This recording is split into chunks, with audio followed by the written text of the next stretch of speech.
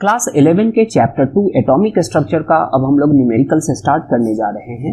इसमें हम लोग उसको बारी बारी से देखेंगे, उसको समझेंगे और उसमें क्या प्रॉब्लम्स आता है उसको हम लोग सॉर्ट आउट करने की कोशिश करेंगे।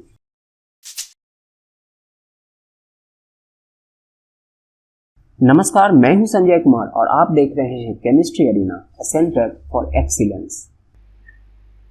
आज हम लोग क्लास 11 के केमिस्ट्री के चैप्टर 2 एटॉमिक स्ट्रक्चर का न्यूमेरिकल नंबर 42 देखने जा रहे हैं।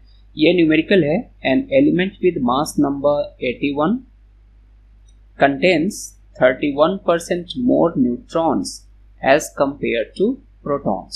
तो assign the atomic symbol। तो किसी का भी एटॉमिक सिंबल असाइन करने के लिए हमें उसका नंबर ऑफ प्रोटॉन्स जानना ज़रूरी है, क्योंकि नंबर ऑफ प्रोटॉन्स ही उसका एटॉमिक नंबर होता है और बिना एटॉमिक नंबर जाने हम उसका ये एटॉमिक सिंबल असाइन नहीं कर सकते हैं। तो इसको एक इक्वेशन की तरह हम लोग बनाएंगे। हम लोग जानते हैं कि मास नंबर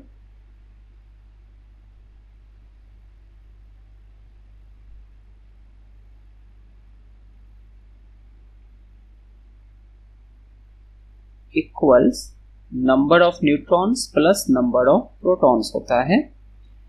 यहाँ पर गिवन है mass number that is n plus p equals 81। ये वाला 81 यहाँ पर गिवन है। Therefore n equals 81 minus p। इस तरह से हम लोग इसको ट्रांसपोज करके लिख सकते हैं। इसे हम लोग फर्स्ट इक्वेशन मान लिए। अब अकॉर्डिंग टू द प्रॉब्लम देखें कि ये बोल क्या रहा है, जो रिलेशन है उसको भी स्टैब्लिश कर दें। According to the problem number of neutrons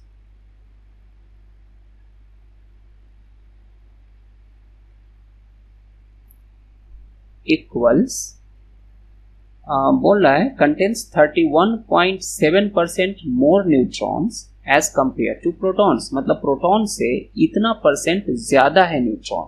तो नंबर ऑफ न्यूट्रॉन्स इक्वल्स हो गया p प्लस 31.7% ऑफ p।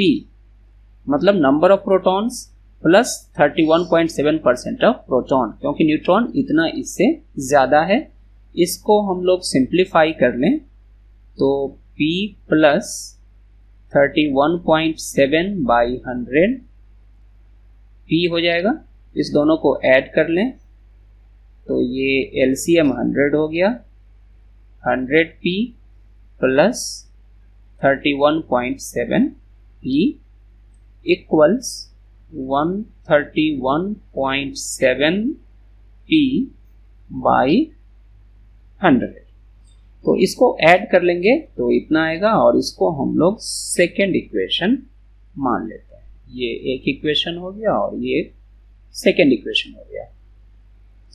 तो इस 1 और 2 में जो कुछ भी दिया हुआ है ये एक्चुअली नंबर ऑफ न्यूट्रॉन्स है किसी खास एटम में। तो ये दोनों इक्वल होगा, ये भी और ये भी इक्वल होगा। तो 1 and 2 both are number of neutrons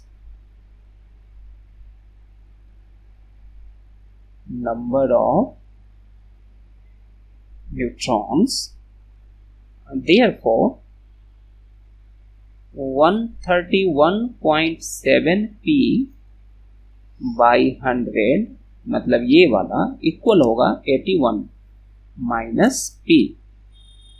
81 minus p। अब इसको हम p के लिए सॉल्व करेंगे और 131.7 p बाई 100, ये p इधर आ जाएगा तो प्लस में इक्वल्स 81 और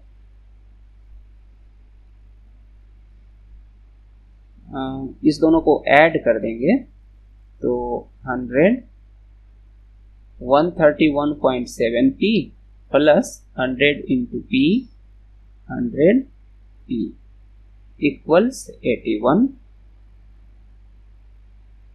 और 131.7 plus 100 231.7 p by 100 equals 81. Therefore, p equals 81 into 100 by 231.7. अब 81 को 231.7 से डिवाइड करेंगे तो ये पूरा रिजल्ट आएगा 34.958।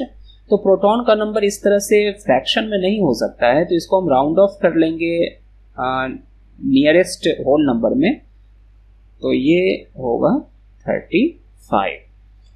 तो प्रोटॉन अगर 35 है, इसका मतलब कि एटॉमिक नंबर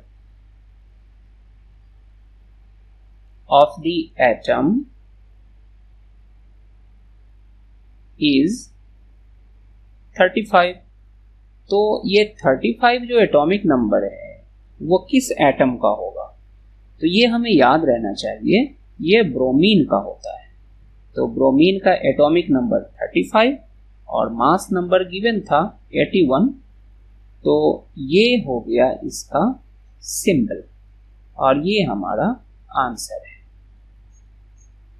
आज के लिए बस इतना ही, तो फिर मिलते हैं नए न्यूमेरिकल के साथ। तब तक के लिए धन्यवाद।